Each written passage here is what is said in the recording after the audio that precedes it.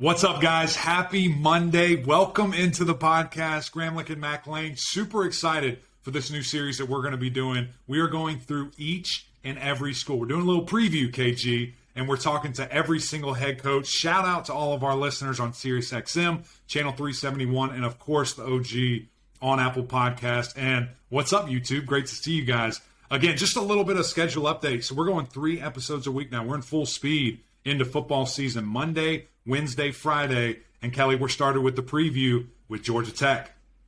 Let's go. We have done a lot of work to put these together. We have interviewed every single ACC football head coach.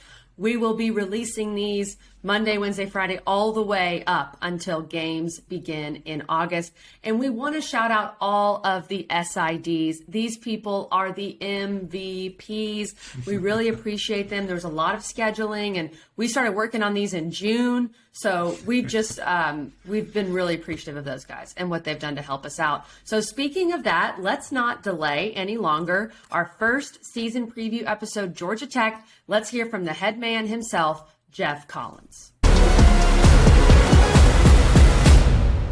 Welcome into the podcast. Really appreciate you joining us today. You're swagged out. We've got the awesome office behind us. You just showed us the Waffle House shoes. How you doing this morning? Doing great. Getting to work with the guys this summer. The new rules have been great to give us access to the guys. And so it's been really beneficial for us. And how about, speaking of that, I mean, let's just jump straight into it because that really piques my interest here. You've had a lot of new additions to the staff, some changes to the staff. Yeah. How beneficial has a rule like that been for you guys this summer where people honestly just need to get to know each other? Absolutely. The spring ball, we went very early for spring ball. I think we had one of the first spring games in college football. And the biggest reason why implementing a new offense, new coaches, new voices, new schemes, to get those onto the field and get them to work. And then throughout the month of April, being able to watch the cut-ups from the spring of the guys actually doing it. And then this new rule that gives us access to the guys over the summer in meeting rooms and actually on the field has been huge for us. So we get to work with the guys, and the new schematics we're doing defensively as well has been very beneficial.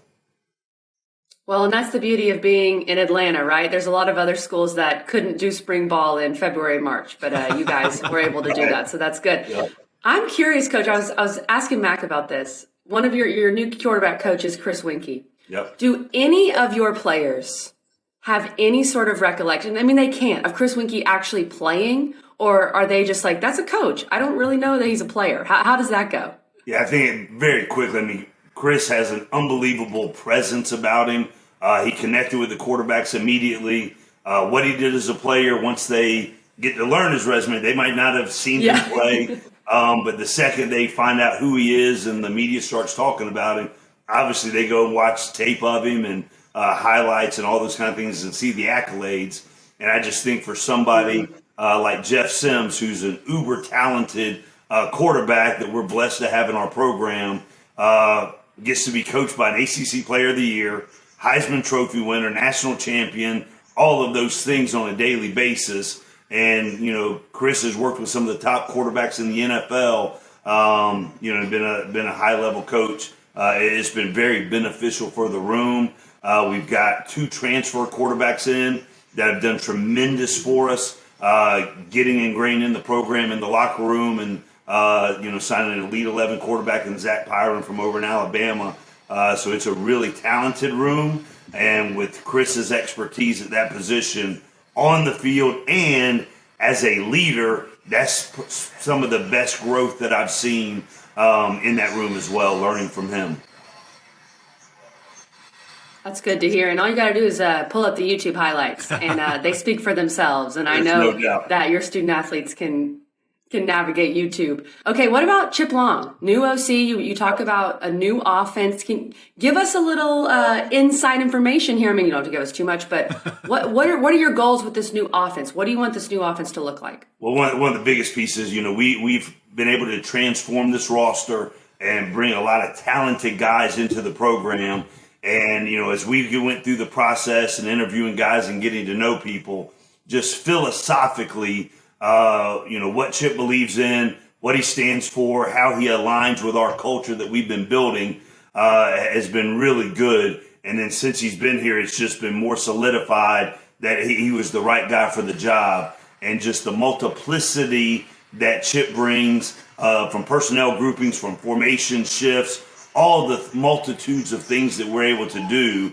And obviously we've got a bunch of guys that are very bright on the program, and they've picked it up, and him being able to just use the different pieces that we have. And it's been a real positive. And right now we're still learning. We're getting some new guys. We've got a 6'7", 240-pound receiver that just got on campus about 3 weeks ago. Leo Blackburn is a 6'5", 220-pound receiver that was injured last year. Now he's returning to almost being full speed. We got a running back from the University of Buffalo, Dylan McDuffie, who is a big-time player for them. And just he's been able to, see those pieces live and in person instead of waiting until August to get to work with the guys. And I think that's huge for our guys, and it's huge for the program. We're going to touch on that transfer portal and the kings of the transfer portal here in a second. But I want to stay on the offense, Coach, and looking at Geoff Sims specifically. You brought him up. What a special player he has been. How fun he has been, to cover in this great conference. And I think there's another level that he can take it to. I mean, he's going into year 3 as the guy, as the starter. What growth have you seen from him, not only in winter and spring, but as we're going into summer and getting into fall camp? Yeah, and first of all, Geoff Sims is one of the greatest young men I've ever been blessed to be around. He's uber talented. He's a great player, but he's even a better person. And how he navigates, his introduction to college football was during a COVID season. And, as a starting quarterback, as a true freshman during that, and how he managed and navigated that, and then going through last year where he was had to deal with a lot of injuries, and I think he missed half of the season. And then it comes in, learns a brand new offense, how he's poured himself into the playbook, how he's poured himself into the team and into the locker room from a leadership standpoint has been amazing. And then you go through where this is one of the first times, Eric, that I've been had an offensive coordinator that's not actually the quarterback's coach as well. Because most times in college football, those are paired up, the offensive coordinator's quarterback coach. And the beauty of what we have right now is Chip is calling the plays, overarching designing of the offensive schematics. But Chris Winkie, all day, every single day, all he's worried about is Geoff Sims in that quarterback room. So whenever they get up to the play, Chris Winkie doesn't have to worry about if the right guard hit his landmark or if we had the right protect. He doesn't have to consume himself with that. He just worries about where Jeff's eyes are, how his feet are working, how he's leading, all the fundamentals and techniques. And it's been really, really powerful, the growth that Geoff has made and really that entire quarterback room has made, with Chris's expertise. Yeah, well, how has that been? Maybe the sample size is too small. You said it's the first time you've done it. Is it something that, you can see? Hopefully this works out for quite some time. But, throughout your career, is it something that you think you'd be interested in, or too small of a sample size right now to really tell? No, it's absolutely, I can see the benefit of it. And I think we all know that cover this game and love this game, the quarterback position and the development of that position matters. When you have, elite quarterback play, and I think you guys alluded to it earlier, this conference, it's big-time quarterbacks in this league every single year. I got to imagine, arguably, last year was the best collection of quarterbacks of any conference in college football, and I think that's a trend that continues with the big-time quarterbacks in this league, and I think you can put Geoff in that category, and I think the development that he's made since January, the development that he'll continue to have to make all the way up until we kick off on September 5th in Mercedes-Benz Stadium and throughout the season is going to be huge.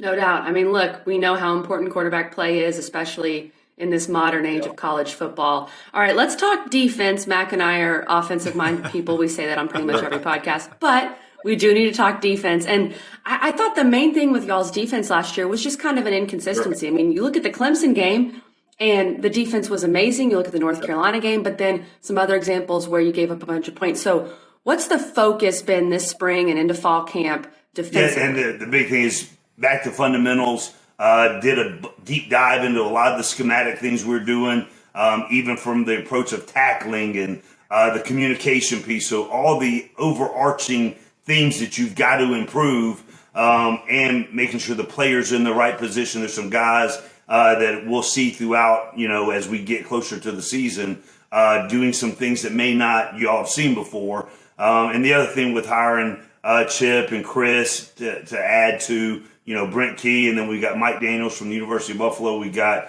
Dell Alexander, who's been at Notre Dame the last couple of years to coach our receivers. I've been able to be much more heavily involved in the defense. And I'm just excited to be in the room. Coach Stacker does a great job. But, I get to go in there and I get to work with the DBs. I get to run the blitz walk, and I get to be actively engaged with the defense. And it's been a positive. The guys have, hopefully continue to develop. We've got a lot of work to do, but they are motivated. They are focused on doing that at a very high level.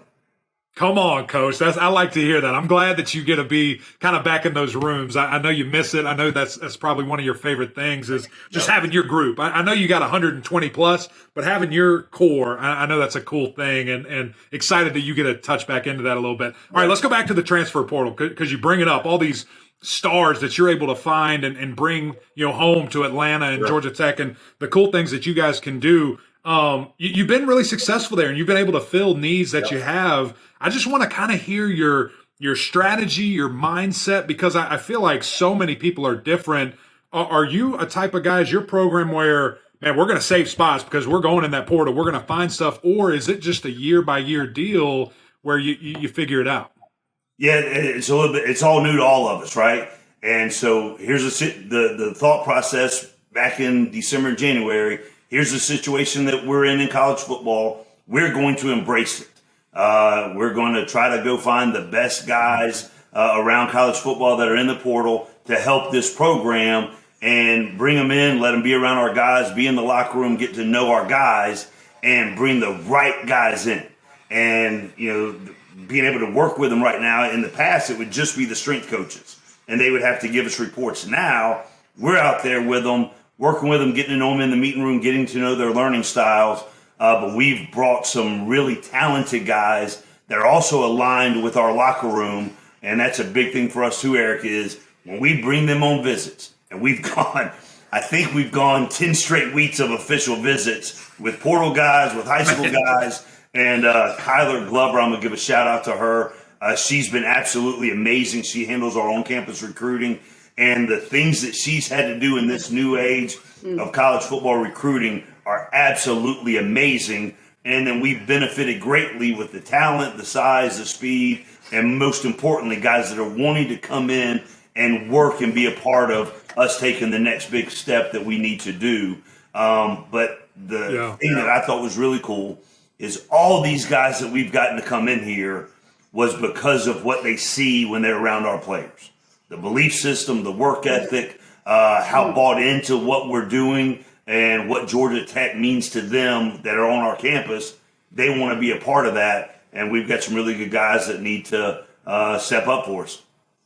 Coach, how about that process? Because everything that you just mentioned there and the support staff and the things that they've been able to do, are you with it? Do you wish it could change? Because I feel like even since I got done in 2015, I mean, this is a whole new world, and the official visits in the summer. I mean, it really is. It was already 365. It's much more 365. I mean, what are your thoughts? Do you love it? Do you love having all that, or would you wish there were more regulations and windows and things of that nature? Yeah, I'm not going to get into any of those things because the big thing, this is what it is. This is where we are, and I'm going to attack it. I'm going to embrace it. Right. I'm going to make sure we're maximizing our place in college football with the new rules. And I think that's the only way that you can have the conversations with the powers that be that affect change. But here's where we are. All I can do is worry about the guys that we have in our locker room, bringing guys that are going to help elevate the program. And I think that's what we've done. Now the work is, here's the roster that we have. What can we do to make sure we're developing, working so that when the toe meets leather on September 5th, against a great team on national TV and all those things, we're putting a really good product on the field. And that is the ultimate focus with that. And then interestingly, Eric, we got a brand new player last Sunday arrived on campus, a 6'4", 280-pound defensive lineman that we got out of the portal. And he's come in, and there's a week worth of raw data of him being around the program, and he's doing a great job, and the guys have embraced him. And I think that's a cool part of where we are in this program, because there's no secret that we've, recruited well.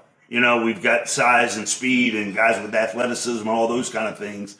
Now it's bringing that together and creating a really good product and a really good Georgia Tech football team that takes the field. And that's the sole focus, is working hard and getting us to that point so we play really, really well. Well said, Coach. Okay, before we get you out of here, I got to talk about this schedule, because you bring up September 5th, you're opening against Clemson. You bring up prime time, that game's on a Monday night, and you've got a bunch of other primetime games. You're playing Ole Miss, you're playing UCF, of course you're playing Georgia, you've got Miami, FSU, all these teams on the schedule. I mean, man, there's not a single low-profile game here. Is that an attractive thing in the portal when you're looking at players and you're saying, look, guys, you want to come play Clemson on national TV? Come to Georgia Tech. How has that impacted? We use that as we're selling to the guys coming in here. I mean, the third game or the second game of the season, we're on ACC Network prime time. The next week we're on ABC at 3:30 versus Ole Miss. And then we go down and play a really good UCF team. I got to imagine it's going to be on some form of high profile television opportunity. So it's an exciting time. I think the wave in college football is to have a big time schedule and to play big time opponents. We got it. And, it's not like golf where you're going to have your schedule handicapped. Well, your record was handicapped because you had one of the best schedules, and then this record is handicapped. That's not how it works. So we embrace it. We've got to attack it. We've got to develop and build a team that's able to play in these high-profile games and play at a high level. And that's the focus. And I think the neat thing is having such a high-profile game against a big-time nationally ranked team to start the season narrows everybody's focus throughout the entire offseason. And then knowing the run to start the season, I think it helps the guys focus, the guys understand that their opportunity is going to be there, and it's going to be there early, and then it's going to continue. So we got to get ready to be built to handle that challenge and to attack that challenge. Yeah, I love that, Coach. I'm right there with you. I think when you play that, big time opponent to start, it's just there's a different air, there's a different aura going around camp, and guys are fired up. And I like that handicap rule. When you're commissioner of the college football, I think you should implement that. That's a cool thing. Coach, we appreciate your time, man. This was so much fun. Good luck to y'all this season. Can't wait to see y'all get kicking off. Thank you, guys. Appreciate y'all.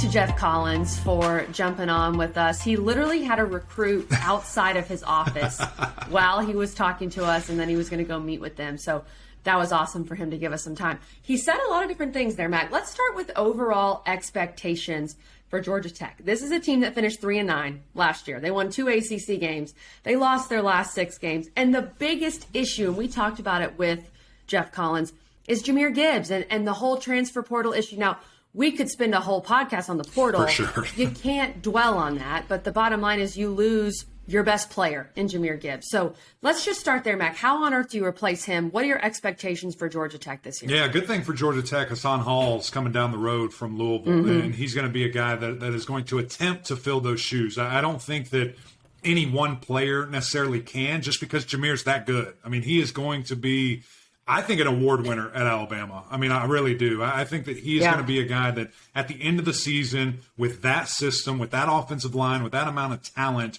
that he's on All-American lists, he's going to win some type of an award. And I truly believe that's something that it's hard to fill because he's such a good playmaker, so versatile for Georgia Tech. But let's focus on what they do have. And they do have Jeff Sims. I mean, a guy that is so electric. We spoke with EJ about him in great depth and the things that he has seen. We spoke with Coach Collins about the things that he's done and how much better Coach thinks he has gotten going into year 3 as a starter. And really, KG, that's where you see a huge leap from guys. 1 to 2 is noticeable, but 2 to 3, that's a big deal. And it's a new system coming in. He's got some new coaches. Chris Weinke coming in as the quarterback coach. You heard again from EJ. I'm going to keep referencing this when we're talking about quarterbacks. There are some things that he thinks, and I think, that Chris Weinke can do to help take Sims to the next level. And it's fundamentals, it's footwork, it's understanding your outlets and where to really go. And so with that in mind, KG, I think that this offense can take a step. This should also be the year for the offensive line. You're 3 years in, you're going into the 4th year. That offensive line will look drastically different from what you inherited. Now is the time where you've got to get it done. You've got to get more than 3 wins. You have to kick that door. But how hard is that going to be? Hardest schedule in the country. You've got Clemson and Georgia all the while with everybody else in the ACC. It's not going to be easy. Oh, by the way, Ole Miss, UCF. I think there's one other very difficult out of Pitt. I mean, what are we doing? It's crazy, the schedule that these guys have. But you've got some talent. You've got some young talent. It's going to be fun to watch. Let's talk about this new offense. They bring in Chip Long. They're expecting to have a more aggressive scheme. Chris Weinke coaching quarterbacks, who was a Heisman Trophy winner in his day. To me, the biggest question with Georgia Tech really comes down to Jeff Sims and his decision-making, because this offense was so inconsistent last year, and a lot of it was because of turnovers. Jeff Sims, in his career, 20 interceptions in 18 career games. So the decision-making has been troublesome. Now, of course, the O-line is being rebuilt. This is still one of the hardest rebuilding jobs that we've ever seen a coach inherit, with going from the triple option to this. They haven't really had wide receivers make plays, and you lose your best weapon in Jahmyr Gibbs, who was responsible for a lot of those yards that Chris Sims. We always do that. Jeff Sims threw for last year. So the consistency piece is big. I really think, Mac, if Georgia Tech can win more than 3 games, and they're going to have to get at least close to bowl eligibility, I think, for everyone to feel good about Geoff Collins moving forward. But if they can do that, to me, it's that passing attack has to become better and more consistent. We know Jeff Sims can run, but there has to be a threat. The defense has to respect the pass. And that's exactly right. And I think when you look at it and you talk about the system, you talk about the things that are in place and what he's going to be able to do in year 3, we can't see great North Carolina game, great Virginia game, and then the Miami collapse. Great Clemson game. And then the collapse that is Miami, and a couple of games in a row there where, again, he just looks like a different guy. We have to have consistency. You have to throw it all together. And I think he should be able to do that. I mean, he's going into year 3. I mean, KG, that's where it separates. And so I hope that's what we see. He's a heck of a player. There's some talent around him. Big Malachi Carter, wide receiver, a guy that he's had for a couple of years now. And then just other folks, need to step up, obviously, around him supporting cast. But certainly should be a fun year offensively. Can they keep getting it going? Let's go defense here. They kept defensive coordinator Andrew Thacker. They want to continue to implement that 4-2-5 scheme that Geoff Collins loves, that works so well for him at Temple. But they lose 8 of their top 11 tacklers. I mean, this is a program that returns 2 starters on offense, 2 starters on defense. They went to the portal. They got Memphis transfer Morris Joseph, who had 4.5 tackles for loss last year. They brought in a 4-star safety recruit, Jalen Marshall. They bring in a transfer in Watson from Texas. So they're trying to use the portal, I think, specifically on defense to build that up. They bring back Charlie Thomas, who I think is their unquestioned leader of the defense. And I like that they didn't change up both sides of the ball, Mac. When you bring in a new system on offense, I think you've got to stick what you have with what you have on defense. I know Geoff Collins is a defensive guy. Can this pass defense specifically? Well, I think what Coach just said there, he's going to be more involved. So I've got to think, yes, it has to be. He did. And so I think when you see, a head coach who is so good at what he does, that's their bread and butter, whether it's offense, defense, etc. Go back to your roots when stuff's not happening. Be the guy that can hold that standard, because it's one thing, KG, and it matters, when your coordinator or position coach says something. But when the head man says something, it's just another level. And so it's something that certainly is going to be fun to watch. How much does he have control of that thing? Is it just back in meetings? What does that really look like? And how much attention, as you'll hear, we talk to some of these coaches that These first-time coaches especially, they're like, man, I just have to do all these other things. I don't get to just be where I want to be. Yeah. So for him, being a little bit of a veteran, being able to refocus and lock in defensively, it should be fun. But you mentioned that 4-2-5. I mean, it is hard to pick up in blitz. It's hard to identify as a quarterback because there's so many just different bodies out there. And then in run, and when you're running the football, run blocking, it's hard to identify where you're going because, again, they're moving around. They're all over the place. So this is a scheme that can be very exciting. It's a scheme that, can really confuse people, as we saw in Clemson. Clemson could not move the football against these guys. But you have to have the players. Yeah. You have to execute. And, again, just finding these transfers, going to the portal. Georgia Tech has done a great job of that, filling an instant need. Should see some improvement there, especially, like you said, in the passing game with Coach Collins really emphasizing that. I think overall Hassan Hall is going to be, you mentioned him earlier, Mac, in the return game, using him as a weapon offensively. If he can play really well, and that's another transfer portal guy, he's going to be a difference maker for Georgia Tech. We talk about their schedule. We know it is brutal. Let's hit this win total before we wrap up our preview episode of the Yellow Jackets. I wrote down winnable games here, Mac. First of all, their win total per Vegas is 3.5. To me, the winnable games for the Yellow Jackets, Western Carolina, at UCF, just because UCF loses a lot, lose Dylan Gabriel, Duke and Virginia at home, possibly at Virginia Tech. So that's 5 right there.